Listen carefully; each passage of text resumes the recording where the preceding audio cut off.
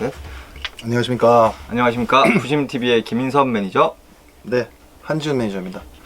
네, 오늘 김인섭 매니저님을 모시고 네. 지식산업센터를 처음 투자하시는 우리 불인이 네. 분들을 위한 네. 기초를 좀 물어보려고 우리 김인석 선생님을 내셨는데요. 자, 선생님, 지식산업센터란 무엇인가부터 시작할까요? 일반 아파트형 공장이라고 불리우는 제조업 중심의 소규모 건물들이 점차 커짐에 따라서 이쪽에서 일을 해라. 그럼 너희들한테 혜택을 줄게. 라고 만들어졌던 것들이 이제 아파트형 공장부터 시작된 지식산업센터죠. 네. 지식산업센터들이 모여있는 곳들이 뭐 테크노밸리라든지 이런 식으로 바뀌게 되는 거고요. 그러니까 쉽게 판교 테크노밸리 하면 거의 대부분 다 아실 테니까. 그렇죠. 네. 그런 제조업에서 시작된 공장형 건물들이 모여있는 게 지식산업센터다라고 네. 보시면 될 것 같습니다. 지식산업센터에 투자를 해야 되는 거를 네. 알게 됐는데 네. 처음이라 어떻게 해야 되는지 모르시는 분들이 꽤 많아요. 많죠. 너무 많죠. 근데 주택수가 안 잡히고 네. 전매도 되고 뭐 뭔가 되게 좋은 것 같아요. 그래서 사람들이 뭔가 투자를 하는 것 같은데 지식산업센터가 뭐길래 이렇게 사람들이 관심을 갖는 건지. 저희 채널 같은 경우에는 이미 지식산업센터라든지 아니면 오피스텔이라든지 그런 부동산에 좀 관심 있으신 분들이 접근하기 좋은 채널이었다면 네. 처음 하시는 분들이 이제 저희 채널을 보시고 연락을 주시잖아요. 네. 그분들을 위해서 이제 올리는 영상 같은 맞아요. 느낌이라고 보시면 될 것 같아요. 네. 그래서 이제 연락이 오시면 뭐 지식산업센터는 뭐냐, 네. 그 지식산업센터 중에서는 뭐 종류가 뭐가 있느냐, 내가 이거는, 이제 지식산업센터가 처음이라. 네, 그런 분들을 위해서 이제 찍는 영상이죠. 네, 맞습니다. 그렇기 때문에 좀 그분들의 눈높이에서 좀 설명을 먼저 드리자면 네. 지식산업센터 같은 경우에는 전매가 된다고 말씀을 하셨잖아요. 네. 근데 이 전매라는 거는 제 영상이나 저희 부동산 313 아마 한스타일즈 채널 보시면 많이 올라와져 있는데 전매는 사고 파는 사람들이 그 협의가 돼야 돼요. 그래야지만 될 수 있는 건데 이 전매가 된다. 이거는 이제 일단은 주택법에 들어가지 않기 때문에 전매가 가능한 겁니다. 그렇죠. 주택 규제에 포함되지 않기 때문에. 네, 그래서 이제 건축법에 포함이 되기 때문에 분양권을 사고 파는 행위인 전매가 가능한 물건이고요. 부지가 준주거 지역이고 자족시설이나 이런 용지구나. 것처럼 일반 주거 용지가 아니에요. 일반 주거 용지가 아니기 때문에 주택법에 들어가지 않고 건축법에 들어갑니다. 그리고 부지 자체를 등기부등본을 떼어보면은 이제 공장으로 나오기 때문에 주택수에 산정이 되지 않는 거죠. 자, 그러면 왜 사람들이 지식산업센터에 많이 투자들 하셨을까요? 투자 방향성인 것 같은데요. 예전에도 이 지식산업센터가 있었고 네. 오피스 빌딩도 있었어요. 네. 근데 그때에 비해서 작년, 재작년 그리고 올해까지 더 곽강을 받고 사람들이 이목이 쏠리는 이유가 단 하나예요. 지금 정부에서 부동산법으로 여러 가지 주택에 대한 사람들의 기본 3법이 기본 권리죠. 뭐 편하게 좀 저 불인이라 알겠습니다. 어려우니까 좀 더 쉽게 풀이해 주세요. 네. 의식주, 네. 사람이 살아가는 데 있어서 네. 가장 중요한 의식주잖아요. 네네. 그 다음에 그 안에 들어가는 게 주, 네. 집. 집이기 때문에 주택에 관한 그런 규제들을 소위 말해서 빡세게 그쵸. 잠궈놨단 말이에요. 오피스텔까지. 그러다 보니까 원래 오피스텔 같은 경우도 주택수에 산정이 안 됐었어요. 그렇죠. 하지만 이제 사람들이 오피스텔이나 아파텔이라고 불리우는 곳들로 주택 쪽으로 아파트는 못 사니 아파텔로 많이 넘어가는 추세여서 이것 또한 이제 규제를 해보자라고 해서 관련된 규제법이 굉장히 많이 나오게 됐어요. 네. 그러다 보니 실입주를 하시는 분들 말고 투자를 주로 하셨던 분들의 입장에서는 오피스텔도 이제 안 돼? 그럼 뭐가 있지? 라고 생각하셨던 분들이 네. 업무 빌딩이라든지 그런 지식산업센터 이쪽으로 투자를 많이 돌리시게 되는 거죠. 그렇죠. 그러다 보니까 지식산업센터 예전에 리먼 브라더스 사태. 리먼 브라더스 뭐 그런 사건이라든지 금융위기가 한번 대대적으로 왔을 때 그때도 지식산업센터가 있었어요. 그렇죠. 근데 그때 이제 막 꼭지다 라고 하기 전에 재미를 보셨던 분들이 그때 이제 많이 물려고 계셨었거든요. 그러다가 이제 금융위기 사태가 조금 해결이 되고 그 묶여있던 게 해소가 되면서 네. 물량 해소가 됐단 말이에요. 그러다 보니까 이거 돈이 벌리네? 하고 아름아름 하셨던 분들만. 예, 아름아름 해왔던 이 지식산업센터 분양, 오피스 빌딩 분양들이 이제는 어떻게 보면 수면 위로 좀 나타나게 된 거죠. 대중적으로 올라왔죠. 네. 그러다 보니까 자기 주변에서도 오피스 빌딩이라든지 지식산업센터에 투자를 하셨던 분들이 직접 뭐 전매라든지 이런 걸 통해서 돈을 번 걸 눈으로 확인했단 말이에요. 이게 약간 코인이랑 비슷해요. 실제로 쭉쭉쭉 올라가고 주변에서 돈 벌고. 네, 주변에서 돈 벌고 하니까 나도 한번 해볼까? 나도 한번 해볼까? 하다가 툭 하고 덤비시는 거죠. 네. 하지만 이제 부동산이라는 게 아무래도 좀 자본금 자체가 소규모로 할 수 있는 게 없어요. 그렇죠. 지식산업센터는 예전 같은 경우에는 소규모로 할 수 있었어요. 뭐 평당가 막 300부터 해가지고 되게 많았었는데 이제는 뭐 자재값도 오르고 지가 자체도 많이 오르고 그렇죠. 했기 때문에 소액으로 할 수 없는데 작년 재작년까지만 해도 1,000만 원 정도만 있으면 투자할 곳들이 많았단 말이에요. 근데 그분들이 투자한 걸 보고 재미를 보고 나니까 주변에서 막 다 달려붙는 거죠. 그렇죠. 그래서 요즘에 주택 규제가 심해지다 보니까 지식산업센터나 업무 쪽으로 이제 눈을 돌리게 돼서 점점 더 유입이 되는 거죠. 네. 코로나일 때 돈을 많이 뿌리고 네. 했기 때문에 아니면 뭐 코인이나 주식이나 이렇게 돈을 많이 버신 분들도 많으셔서 이제는 1,000만 원, 2,000만 원 정도를 융통하실 수 있는 분이 꽤 상당히 많아요. 그렇죠. 그러면 실전편 지식산업센터 투자는 어떻게 해야 되나? 잘해야 되죠. 그러니까 차근차근 네. 계약부터 입주까지 한번 쭉 설명 좀 쉽게 해주세요. 일단은 요즘에 많이 접하실 수 있는 게 유튜브랑 카카오톡, 뭐 오픈 채팅방이 있겠죠. 그 둘이 요즘에 가장 많이 핫해요. 네. 실제로 정보를 제공받기도 굉장히 편하기도 하고 편하고 빠르고. 내가 직접 대면 서비스가 아니라 비대면 서비스로 할 수 있으니까 네. 원하는 정보만 쏙쏙쏙 가져갈 수 있단 말이에요. 그렇죠. 원하는 키워드를 카톡방이라든지 유튜브에 쳐보셔서 먼저 이제 정보를 접하셔야 되고 정보를 접하셨다면 이게 제일 중요해요.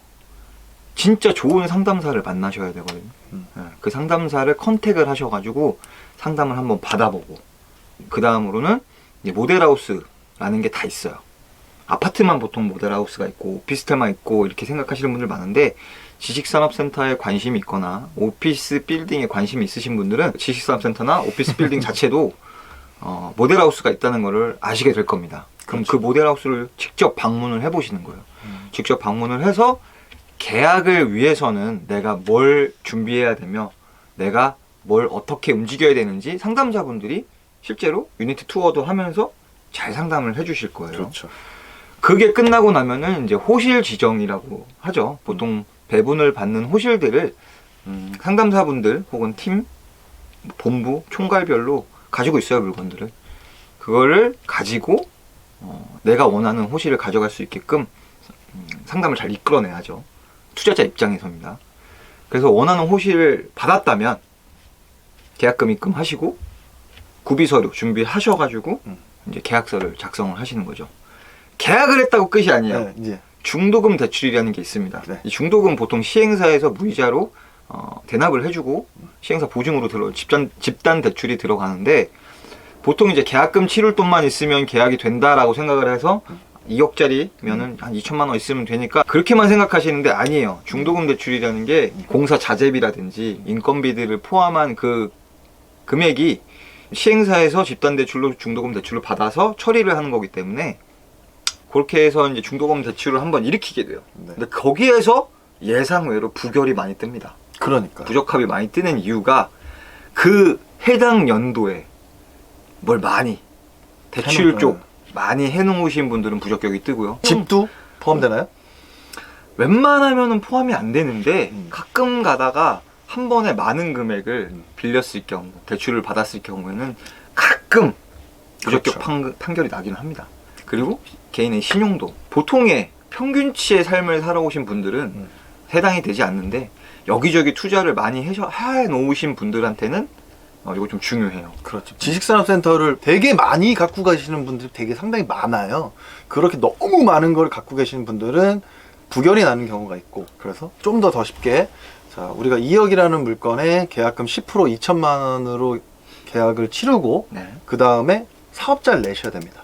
그렇죠. 20일 안에 사업자를 내셔야 돼요. 이게 오피스 빌딩과 지식산업센터의 가장 큰 차이점인데 오피스 빌딩 같은 경우에는 업종 제한이 없어요. 네. 지식산업센터 같은 경우에는 입주를 할 수 있는 업종에 대한 제한이 있습니다. 아까 말씀드렸듯이 제조업, 뭐 IT, 대표적인 게 이런 거 들어갈 수 있겠고요. 입주가 되지 않은 그런 업종들이 조금씩 있으니까 이거는 내가 갖고 있는 사업체가 아니더라도 실입주가 아닌 투자자 입장이시면 신규 발행을 하셔. 여기서 또 재밌는 게 내가 사업자를 혹은 사업을 영위하고 있는데 5년 이상이 됐다. 네. 그러면은 취득세 감면이 됩니다. 어디든. 좋네요. 2.3%. 그러니까 와, 50%의 취득세가 감면이 되는 거예요. 그러니까 생각보다 딱 2억이라고 했을 때 우리가 더 쉽게 생각하면 초기 자금 10% 2천만 원과 이렇게 중도를 무이자로 진행하고 한 2년, 3년 정도 통상 걸렸을 때 마지막 잔금이잖아요. 네. 2, 3년은 2천만 원으로 중도까지 실행이 되면 쭉 와요. 그 다음에 마지막 잔금이 70%인지 80%인지 아니면 업무지구, 그러니까 지식산업센터가 아닌 업무용 용지에 여기는 50인지 60인지 여기서 판가름이 좀 많이 나거든요. 저는 이런 이 대출 관련해서 고객님들이랑 상담하다 보면은 되게 아쉬운 게 중도금 대출을 무이자로 한다고 하는 게 자기 명의로 50%, 60%, 70%를 안 빌리는 줄 알아요. 그러니까요. 네. 그래서 저는 항상 말씀을 드리는 게 중도금 대출은 생각하지 마셔라. 그게 몇 퍼센트가 나오든 나랑은 상관없는 거예요. 그렇죠. 투자자 입장에서는 상관이 없는 거예요. 마지막에 이거를 몇 퍼센트가 나오느냐에 따라 예를 들어서 80이라고 가정했을 때 28에 16이죠. 네. 2천 넣고 2천. 난 4천만 있으면 하나 할 수 있네를 확정 지으면 안 돼요. 사실은. 맞아요. 그죠? 네. 중도금 대출은 음. 그냥 2년 반에서 3년 동안은 생각하지 않아도 되는 금액이다 라고 생각을 하시면 될 것 같고 10% 내가 처음에 들어갔고 중도금 대출 제가 생각하지 말라고 하셨잖아요. 이거는 그냥 중도금 대출 일으키기 위해서 자서 한번 하셔야 됩니다. 그럼 그 퍼센테이지는 생각하지 마셔라 이거예요. 그냥 가서 갖고 자서 사인 한번 하시고 중도금 대출이 안전하게 실행이 됐습니다. 그러면은 이제 부가세 환급만 받으시는 거예요.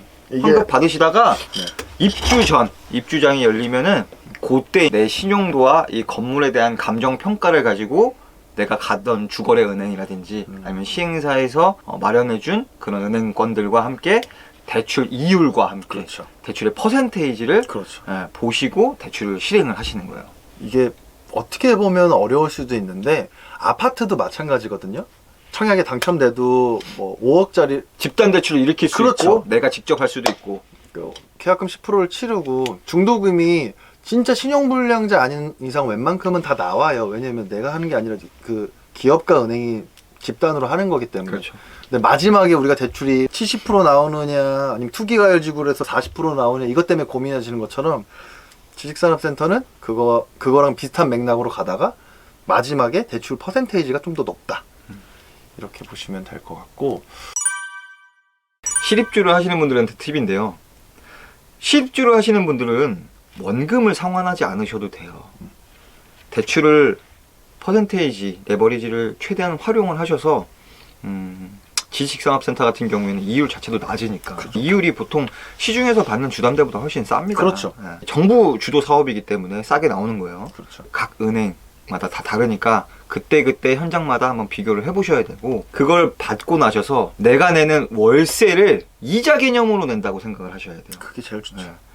지금 오피스 빌딩 같은 데나 테크노밸리 쪽에 뭐 판교라든지 동탄이라든지 입주를 직접 하신 게 아니라 임대를 맞춰서 쓰고 계시는 사장님들 같은 경우에는 월세로 뭐 150만 원, 뭐 200만 원 이렇게 나갈 거예요. 근데 맞아요.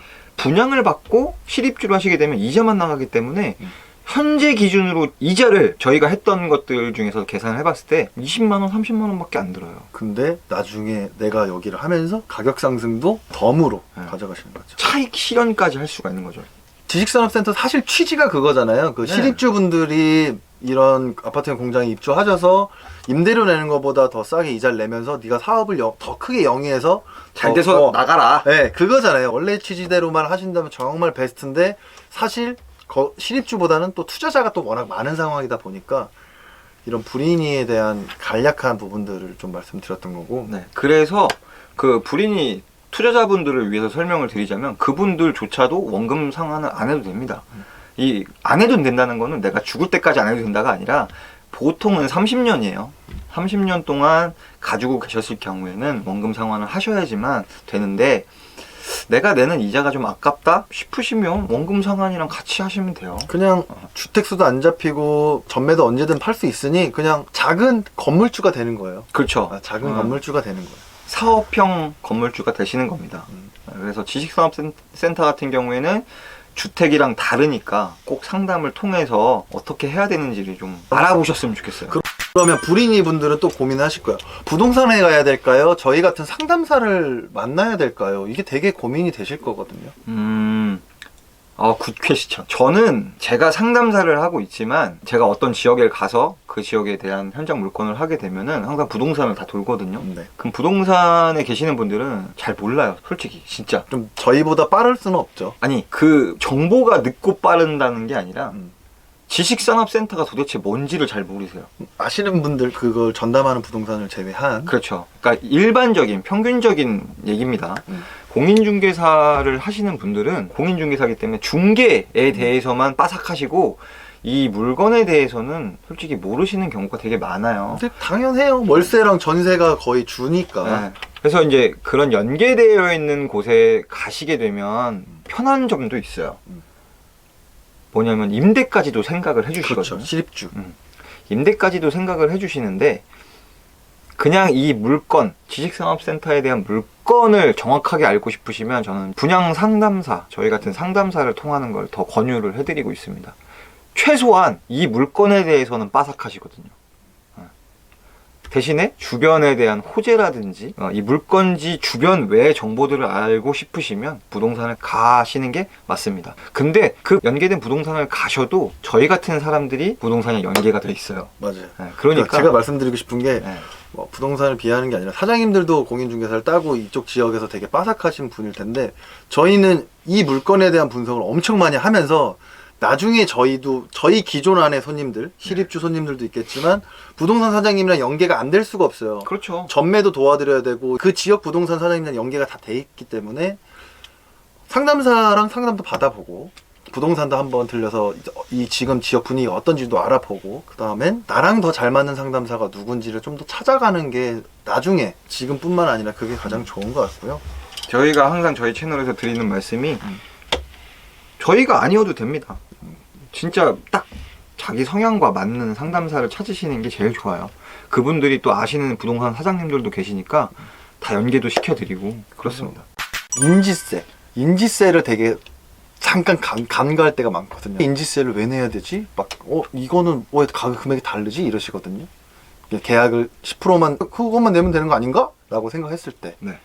그거 인지세. 그러니까 물건을 취득을 하실 때 취득세를 내는 것처럼 인지세도 처음에 들어가요. 그 다음에 그거에 대한 대출을 일으키시잖아요. 그러면 은행권에서 대출을 일으키는 거기 때문에 은행과 반반 대출에 대한 인지세를 또 냅니다. 저 최근에 전세 얻으면서 인지세 냈어요. 네. 조금이라도 뭐 전세, 월세 이런 것만 해보시면 알 텐데 아예 불인이들은 모르는 경우도 있단 말이죠. 뭐 코인만 하시거나 주식만 하셨던 좀 영한 젊은 분들도 이제 부동산에 관심이 많기 때문에 네.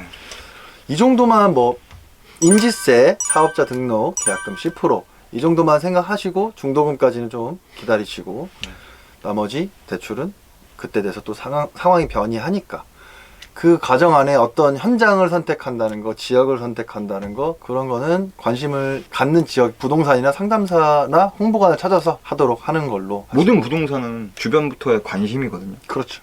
자기가 관심을 갖고 뭘 알아야지만 하실 수가 있어요. 맞습니다. 그러니까 주변 말씀들만 듣고 혹해서가 아니라 찾아보시고 영상 보시고 조언도 얻고 하면서 투자를 하셨으면 좋겠어요. 네. 아는 만큼 부동산이 보인다. 이 시리즈로 자꾸 찾아뵈야겠네요. 아, 좋네요. 네.